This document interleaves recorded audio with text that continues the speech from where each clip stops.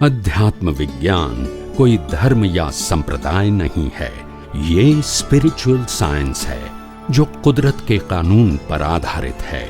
ये विज्ञान पूरे ब्रह्मांड के सभी रहस्यों को उजागर करता है और जीवन के सभी पहलुओं को समझने के लिए एक नई दृष्टि देता है। इसी को आर्ट ऑफ विजन कहते हैं, दुनिया को देखने की एक नई दृष्टि, जो अध्यात्म विज्ञानी परम पूज्य स्वामी श्री कमलेशानंद जी के निर्देशन में सनातन सत्य का अनुसंधान कर हमारे जीवन को प्रकाशित करे। जय सच्चिदानंद।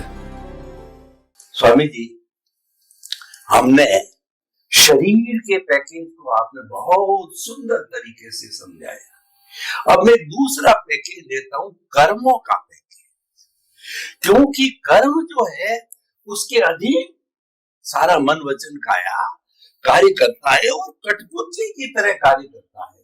नाचता तो शरीर है, जो घूमता तो लट्टू है, परंतु क्या है कि लट्टू सोचता है कि मैं घुमा, लेकिन घुमाने वाली डोर होती है। कठपुतली समझती है कि मैं नाच रही हूँ, नचाने वाला जो डोरा ऊपर लिए बैठा वो नचा रहा है।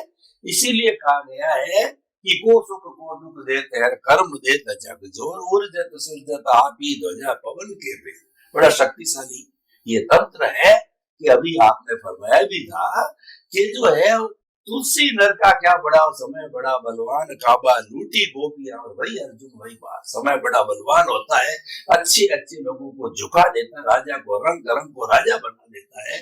तो उस कर्म का पूरा पैकेज, कर्म क्या है, कर्म का बंध कैसे होता है, कर्म कितने प्रकार के हैं और वो किस तरीके से फल देते हैं, कब देते हैं, सारा पैकेज कर्मों का बताइए। क्योंकि सनातन सत्य का जो आधार बिंदु है वो हमारा कर्मवाद है। स्वामी जी कृपया बताइए। प्रश्न के लिए धन्यवाद और सभी श्रोताओं को मेरा नमस्कार। सबसे पहली बात, भारतीय समाज में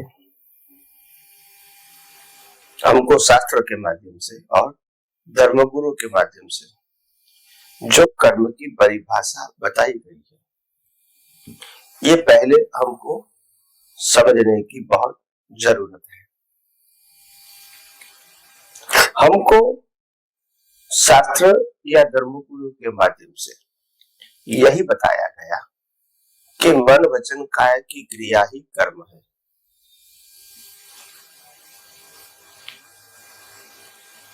हालांकि मन वचन काया की क्रिया कर्म नहीं है, वो कर्म फल है। और वो कर्म फल कर्म से यानी भाव से बना हुआ है। भाव से बना हुआ को कर्म कहते हैं और मन वचन काया से जो हो रहा है इसको कर्म फल कहते हैं। तो पहले कर्म की परिभाषा समझ लो ताकि गलती न हो। दूसरा, कर्म हमेशा इनविजिबल होता है और कर्म फल विजिबल एंड फिजिबल होता है। तीसरा, कर्म करने की स्वतंत्रता आपके पास है। फल कब आएगा, कैसे आएगा, कौन से संजोग में आएगा, वो हमारे हाथ में नहीं है, वो कुदरत के हाथ में है। और चौथी और इंपॉर्टेंट बात, हम कर्म कर सकते हैं यानी भाव से कर्म बना सकते हैं। तो हम जहां तक कर्म बांधने की प्रक्रिया एक ही वर्त में चालू है, वहां तक हम अपने कर्म को यानी भाव को बदल भी सकते हैं, करेक्शन दे सकते। यस, मगर कर्म फल को आप नहीं बदल सकते। तो ये सब बातें हमको ध्यान में रखना पड़ेगी।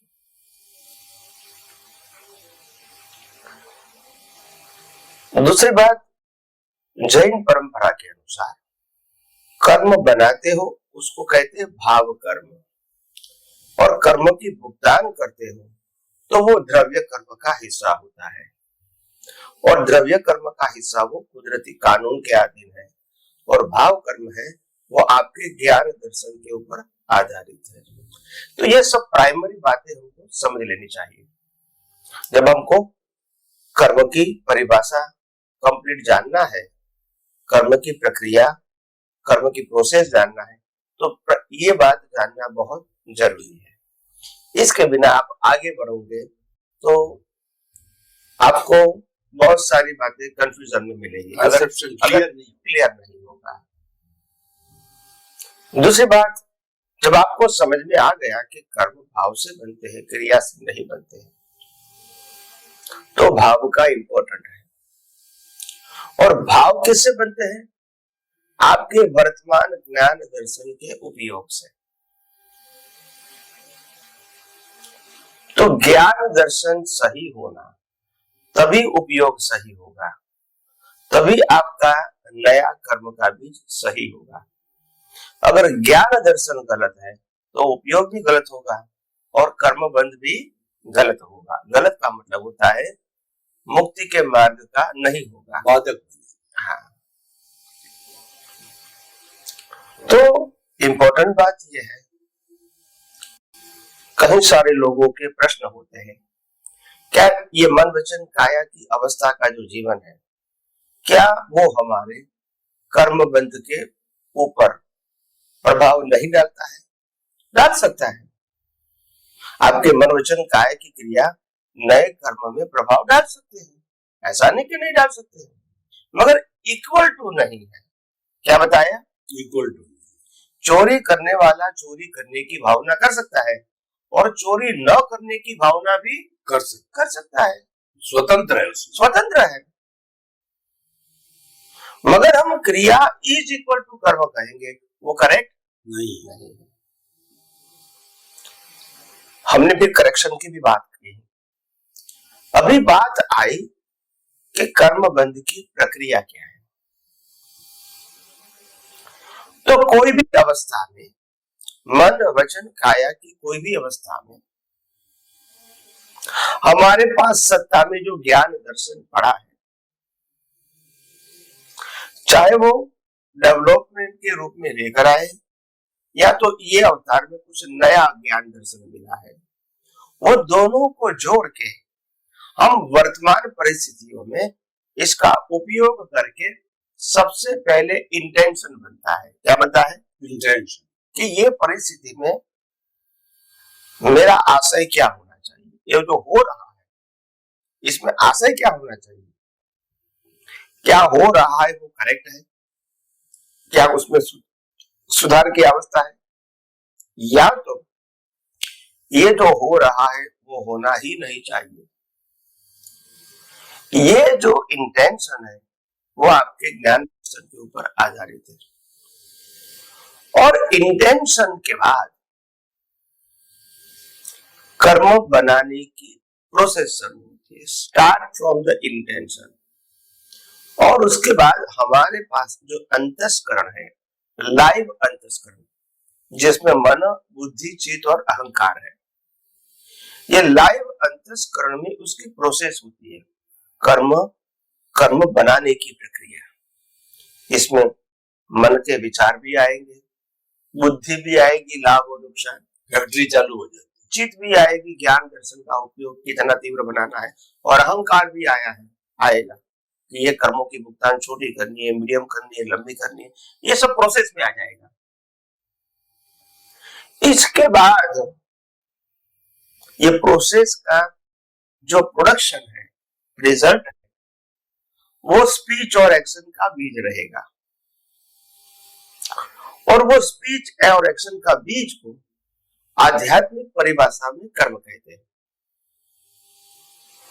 और वो पूरी लाइफ के कर्म को बंच ऑफ कर्म या तो कॉजल बॉडी कहते हैं। वो पूरा कॉजल बॉडी जब कुदरत के पास जाता है तब इसको द्रव्य कर्म कहते हैं। हमारे पास है वहां तक इसको भाव कर्म कहते हैं, बंच ऑफ भाव कर्म। जब कुदरत के पास जाएगा तो द्रव्य कर्म हो जाएगा। भाव कर्म और द्रव्य कर्म में अंतर क्या है? जहां तक भाव कर्म करने की प्रक्रिया चालू है, वहां तक भाव बनते भी रहेंगे और करेक्शन करने की फ्रीडम भी आपके पास रहेगी, प्लस माइनस होता रहे। हाँ, करेक्शन भी होगा और नए भाव भी बनते रहेंगे। मगर वो भाव कर्म कुदरत के पास गया तो द्रव्य कर्म बना। द्रव्य कर्म का मतलब होता है अभी आप इसमें कुछ कर सकते हैं नहीं, अभी पैकेट फिक्स हो गया। इसके आधार से कुदरत आपको नया जन्म ऑन द स्पॉट दे देता है, यानी रिजल्ट स्टार्ट हो जाता है। अभी आप इसमें करेक्शन नहीं कर सकते। तो जब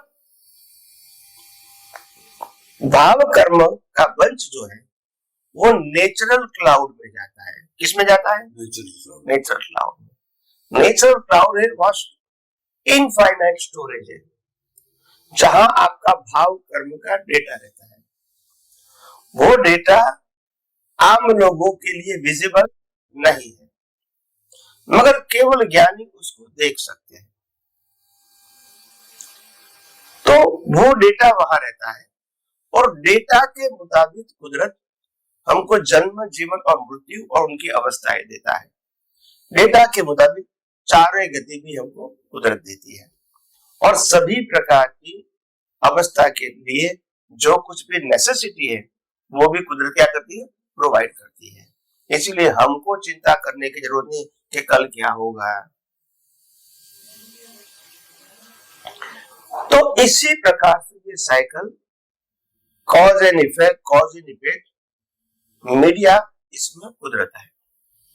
कॉज में भी आप है, इफेक्ट में भी आप है, मगर इफेक्ट देने वाला जो मीडिएटर है वो कुदरत है, क्योंकि कानून उसके पास है और वो कानून सबके लिए समान है। इसीलिए मेरा कानून नहीं चलेगा, सबके लिए एक ही कानून। और व्यवहार में हम कहते भी हैं कि भगवान के अगर देर है मगर अंधेर नहीं। उसका मतलब ये है कि देर मतलब आज हमने बीज डाला है तो आज ही फल नहीं आएगा, मगर अंधेर नहीं है मतलब आएगा ही। देर है, समय लगेगा, मगर अवश्य आएगा। बीज डाला है तो फल जरूर आएगा। तो ये बात है। और एक बात करना चाहता हूं, व्यवहार जीवन में भी जो बीज हम जमीन के अंदर बो देते हैं वो बाहर दिखते नहीं, मगर उसका जो फल आता है वो दिखता है। यहां भी कर्म दिखते नहीं है, मगर कर्म का फल दिखता है। यानी दिखता है वो कर्म फल है और कर्म है वो अंदर होता है भाव के रूप में, वो फिजिकल फॉर्म में दिखता नहीं है। सिर्फ केवल ज्ञानी उसको देख सकते हैं। इसके अलावा भाव जो बनते हैं उनकी मूलतः दो कैटेगरी है। एक तो संसार के लिए लायक और सहायक भाव, और दूसरा मोक्ष मार्ग के लिए लायक और सहायक भाव। दोनों प्रकार की फंडामेंटल कैटेगरी है। उसके नीचे सेमी कैटेगरी बहुत है। तो दो प्रकार के भाव है, संसार के लिए लायक और सहायक और मुक्ति के लिए लायक और सहायक। अभी दोनों प्रकार की कैटेगरी के जो भाव है वो ज्ञान दर्शन के ऊपर आधारित है। आपका ज्ञान दर्शन क्या है उसी प्रकार से आपका पुरुषार्थ रहेगा। तो यहां इंपॉर्टेंट बात, कर्म बांधने का पुरुषार्थ करने वाले को न शरीर कहते हैं न आत्मा कहते हैं। शरीर कर्मों की भुगतान का साधन है, वो कर्म बना नहीं सकता, और आत्मा है वो कैटालिस्ट है। इनकी हाजिरी से कर्म बनता है और कर्म की भुगतान होती है। वो खुद कर्म बनाता भी नहीं है और भुगतान भी ओनली प्रेजेंट नहीं करता है, प्रेजेंस। तो कर्म जो बनाने वाला है इसको कहते हैं लाइव ईगो, प्रतिष्ठित आत्मा, मिश्र चेतन। इस प्रकार से अलग अलग प्रकार के नाम महापुरुषों ने दिए गए हैं। तो प्रतिष्ठित आत्मा जो है वो ही नए कर्म बांधने की प्रक्रिया करते हैं, जिसके अंदर अंतस्करण भी आ जाता है, आशय भी आ जाता है, और प्रोडक्शन जो कर्म है वो भी आ जाता है, पैकेज। जब जीवन का अंत होता है तो जो कर्म बांधने का जो पैकेज है, प्रक्रिया, जिसको हम कारण शरीर बोलते हैं, कॉजल बॉडी, वो सीधा कुदरत के क्लाउड में चला जाता है। और कुदरत एक एक पहले तो जन्म देता है कि ये कर्मों का पैकेज कहाँ, कौन से योनि में आपको भुगतान करना पड़ेगा, तो पहले वो डिसाइड होता है, फिर बाद में जन्म होता है, और जन्म के बाद एक एक प्रकार के कर्मों की भुगतान शुरू होती है up to the end of your life. इसी प्रकार से ये पूरा जो पैकेज है कर्म बांधने का और कर्म बनने का और कर्म के फल भुगतान करने का, ये पूरा पैकेज है। बाकी कर्म कितने प्रकार के हैं वो घाती और अघाती हमने अगले एपिसोडों में विस्तार से समझाया है, इसीलिए डिटेल में नहीं देते हैं। घाती कर्म सिंपल में समझाते हैं। घाती कर्म आत्मा की अनंत शक्ति को घात करता है। घाती कर्म को अज्ञान कहते हैं, इसीलिए आत्मा की अनुभूति का अंतराय है। और घाती कर्म से ही अघाती कर्म बनते हैं। अगर घाती कर्म खत्म हो गए तो फिर अघाती कर्म बनेंगे ही नहीं। तो अघाती कर्म है वो भुगतान के कर्म है, जो नाम कर्म, पुत्र कर्म, वेदनी और आयुष्य कर्म है, जो भुगतान के लिए है। इसका कंट्रोलर कुदरत है। अघाती कर्म है, उसका कंट्रोलर आप खुद हो, आपका ईगो है। ज्ञान आवरण, दर्शन आवरण, मोहनीय कर्म, ये तीनों का एक नाम है अज्ञान। और इसी के आधार से आत्मा की शक्तियों का, अस्तित्व का, अनुभूति का अंतराय है। तो इस प्रकार से पूरा पैकेज मैंने समझाने की आप सबको कोशिश किया। हो सकता है कि आप जितना भी समझ सकते हैं वो समझे, और न समझ में आता है तो भविष्य में आप प्रश्न भी कर सकते हैं मीडिया के माध्यम से। धन्यवाद। स्वामी जी आपका बहुत बहुत धन्यवाद। आपने कर्म फल कर्म का पूरा विश्लेषण, पूरा पैकेज बताया कि जो दिखाई देता है, जो हम भुगत रहे हैं, जो हमारा हिसाब चल रहा है, ये कर्म फल है। लेकिन जो कर्म है, जो बनता है, वो भाव कर्म कहलाता है। या दूसरे शब्दों में जहां प्रोसेसिंग होती है वो भाव कर्म है, और जो भुगता जाता है, भुगतान होता है, वो द्रव्य कर्म है। तो भाव कर्म के अंदर प्रतिष्ठित आत्मा है, पुरुषार्थ करने वाली, और उसके अंदर कर्म कैसे होते हैं वो एप्लीकेशन पे डिपेंड करता है। वो उसका मूल है ज्ञान दर्शन, वर्तमान का ज्ञान दर्शन या पिछला ज्ञान दर्शन, जो कि आप डेवलपमेंट रूप में लेके आपका इंटेंशन क्या, आपका इंटरेस्ट क्या है, और जो प्रोसेसिंग फैक्ट्री अंतस्थ कर्म, मन, बुद्धि, चित्त, अहंकार है, सारा मिलकर के और ये जो है तैयार करते हैं।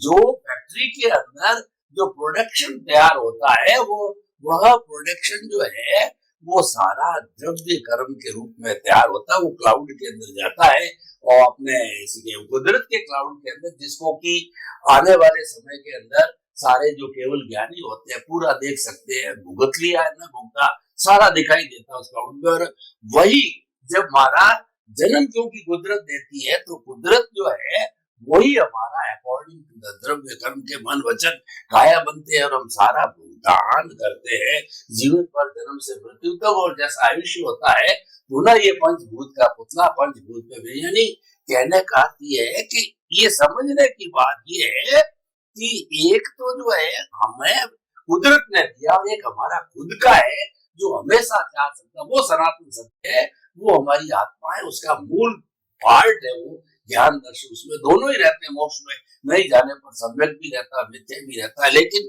ये भुगतान है, हर शरीर में चला जाता है। स्वामी जी बहुत सुंदर आपने जो पैकेज बताया है, बहुत अच्छी तरह से ध्यान में आया। आपके प्रति